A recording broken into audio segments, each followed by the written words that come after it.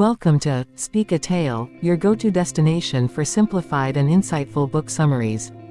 Today, we'll take a deep dive into Dale Carnegie's classic self-help book, How to Stop Worrying and Start Living. This book offers practical strategies to help people manage stress, eliminate unnecessary worries, and cultivate inner peace. Carnegie's message is timeless: worry only robs us of joy and limits our potential. Through a combination of real-life stories and easy-to-apply techniques, this book empowers readers to take control of their minds and lead a calmer, more productive life. Let's break down the key principles of the book step by step, so you can fully understand and apply them in your life. Introduction: What this book teaches. Dale Carnegie begins by emphasizing that worry is a destructive habit that slowly drains us, both mentally and physically. He explains that while most people worry about future events or past mistakes, neither of these is under our direct control.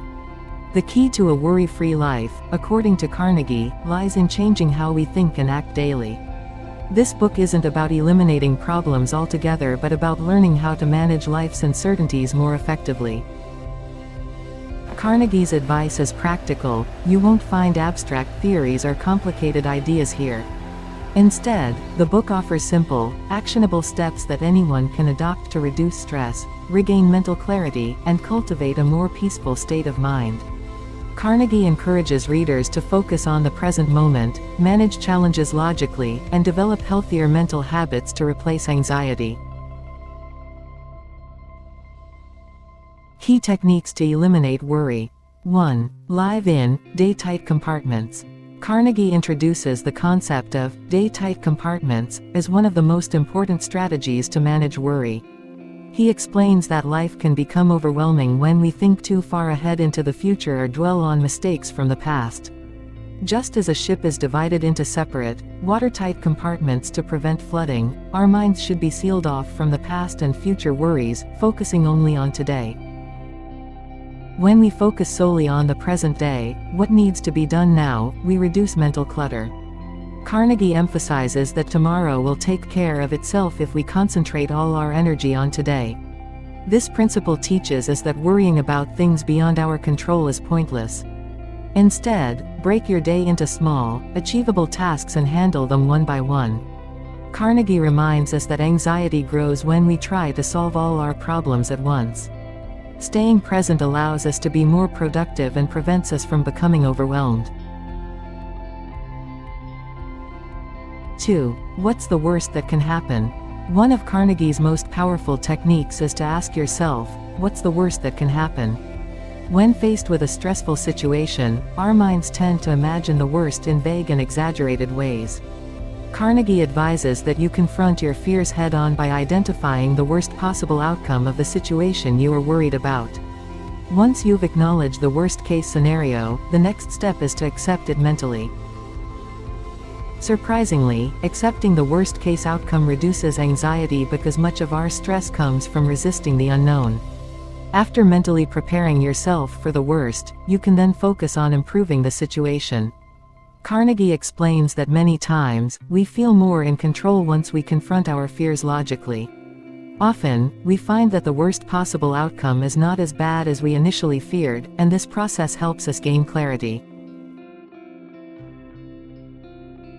3. Use the three-step formula: analyze, accept, and improve.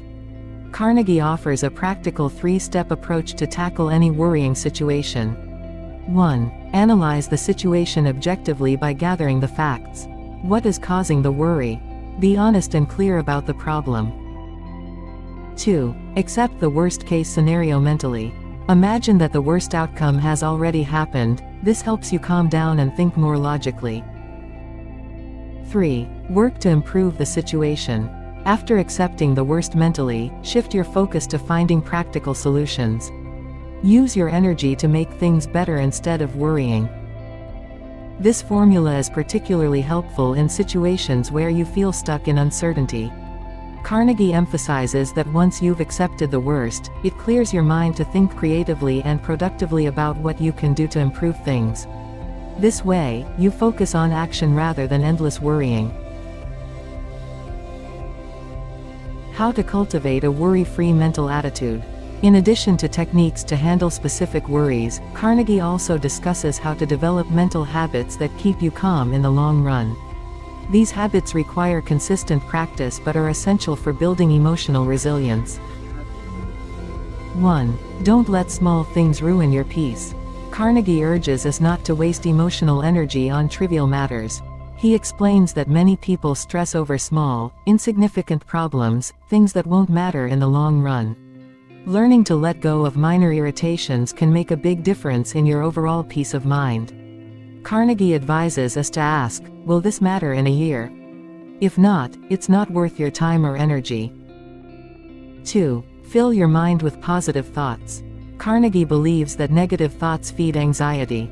To reduce worry, it's important to replace negative thoughts with positive ones. This doesn't mean ignoring reality, but it does mean focusing on what's good in your life. By developing the habit of gratitude, you shift your mindset from scarcity to abundance. He recommends starting each day with positive affirmations or thoughts. You can also read inspiring books or surround yourself with positive people who uplift your spirit. Over time, this practice helps retrain your mind to focus on opportunities instead of problems. 3. Keep busy with meaningful activities.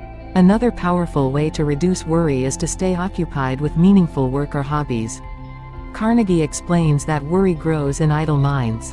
When you are busy and engaged, there's less room for anxious thoughts.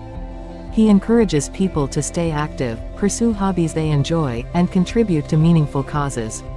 This keeps the mind focused and productive, preventing unnecessary stress from creeping in. How to deal with criticism. Carnegie also offers advice on how to handle criticism, another common source of worry for many people. He explains that criticism is often a reflection of the critic's own insecurities.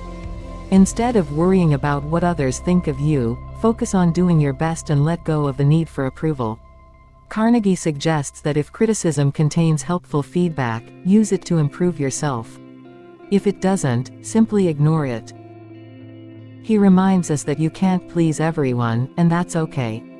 The more you focus on your goals and values, the less affected you'll be by the opinions of others.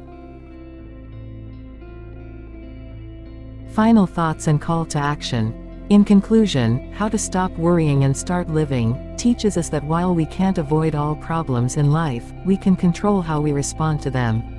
Carnegie's practical advice helps us stay grounded, focused, and proactive. By living in the present, confronting our fears, and cultivating a positive mindset, we can greatly reduce the stress in our lives and find more joy in everyday moments. If you found this breakdown helpful, don't forget to like this video and subscribe to Speakatale for more detailed summaries of self-help books. Remember to hit the notification bell so you never miss an update. Thank you for watching, and start living worry-free today.